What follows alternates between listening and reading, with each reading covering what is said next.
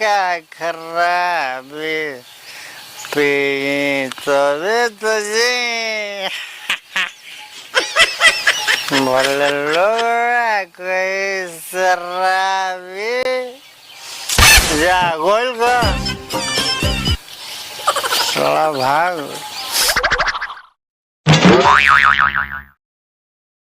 काहे कौन छवान छोले 22 साला दिमाग मने हमर खराब कर देल बा साफ एकदम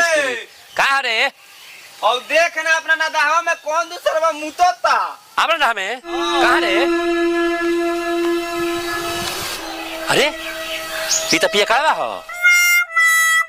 होई देखो सब सर भूसा चोकर बोतल एकदम दहवा देलो होई देख रे डंटा निकल बे यही नधा में भैंस खा ले तो 10 लीटर दूध करे ले